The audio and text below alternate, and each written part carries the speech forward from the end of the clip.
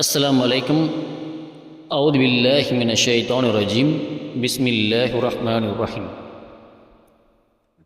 2வது அத்தியாயம் 173வது வசனம். இந்த வசனத்தில் பன்றியின் இறைச்சியை உண்ணக்கூடாது என்று இறைவன் தடை செய்கிறான். ஆனால் இதற்கான காரணத்தை திருக்குரானும் கூறவில்லை, நபிகள் நாயகம் ஸல்லல்லாஹு அலைஹி வஸல்லம் அவர்களும் கூறவில்லை. ஆனால் மனிதர்களில் சிலர் பன்றிகள் மலத்தை உண்பதாலும் சாக்கடையில் புரள்வதாலும் பன்றி தடை செய்யப்பட்டுள்ளதாக கூறுகிறார்கள். இதுதான் காரணம் என்றால் மலத்தை உண்ணக்கூடிய மாடுகள், கோழி போன்ற எத்தனையோ உயிரினங்கள் தடை செய்யப்பட்டிருக்க வேண்டுமல்லவா? ஆனால் அப்படி எதுவும் தடை செய்யப்படவில்லை.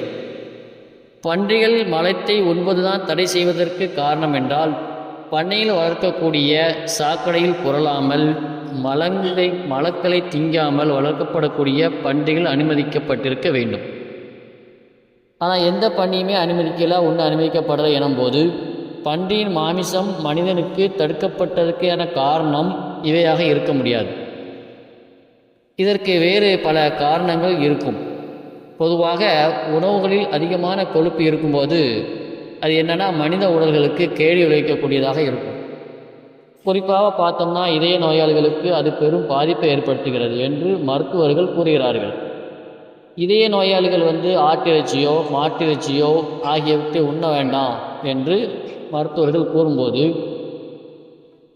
ஏன் அப்படி கூறுகிறார்கள் என்றால், மாட்டு இறைச்சியை பொறுத்த வரைக்கும் 100 கிராமில் 5 கிராம் கொழுப்பு இருப்பதாகவும், ஆட்டு இறைச்சியில் 100 கிராம் ஆட்டு இறைச்சியில் 17 கிராம் கொழுப்பு இருக்கிறதாகவும் கூறுகிறார்கள்.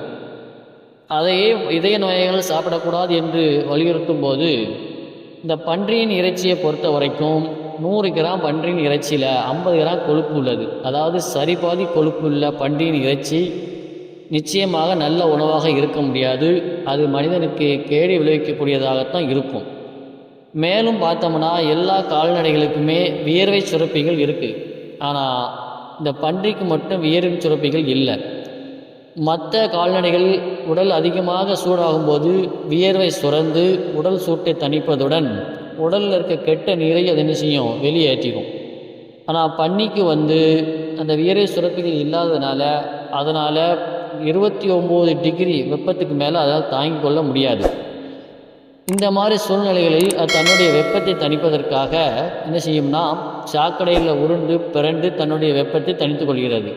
பொதுவாக மனிதர்கள் 40 சென்டிகிரேட் வெப்பத்தை தாங்கக்கூடிய சக்தி இருக்கிறது, தாங்கிக் கொள்கிறார்கள்.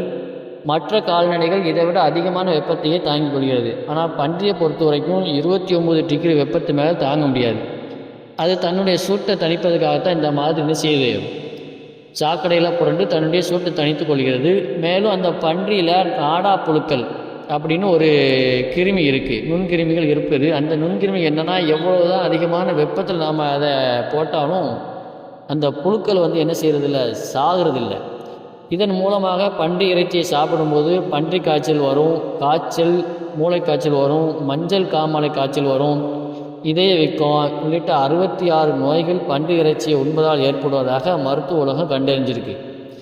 பன்றி உணவு சாப்பிடாத இஸ்லாமிய நாடுகளில் இதய வீக்கம் எனக்கூடிய நோய் பாதிக்கப்பட்டவர்களை விட ஐரோப்பாவில் பன்றி கறி அதிகமாக உண்ணக்கூடிய மக்களிடத்தில் 5 மடங்கு அதிகமாக இருக்குது என்பதும் ஆய்வுகள் சொல்கிறது. இது போன்ற காரணங்களால் தான் இஸ்லாம் பன்றி இறைச்சியை சாப்பிடுவதை வருமுன் காக்கும் நோக்கத்தில் தடை செய்துள்ளது என்பதை நாம் இதிலிருந்து விளங்கிக் கொள்ள முடிகிறது. மேலும் இந்த வசனத்தில் அல்லாஹ் அல்லாதவர்களுக்காக சப்தமிடப்பட்டவையும் தடை செய்யப்பட்டுள்ளதாக கூறுகிறான். அது என்னவென்பதை இன்ஷா அல்லாஹ் அடுத்து வரக்கூடிய நாட்களில் நாம் பார்க்கவிருக்கிறோம். இது போன்ற தகவல்களுக்கு நமது சேனலில் தொடர்ந்து இருங்கள் இன்ஷா அல்லாஹ். அஸ்ஸலாமு அலைக்கும் வரஹ்மத்துல்லாஹி தஆலா வபரகாத்துஹு.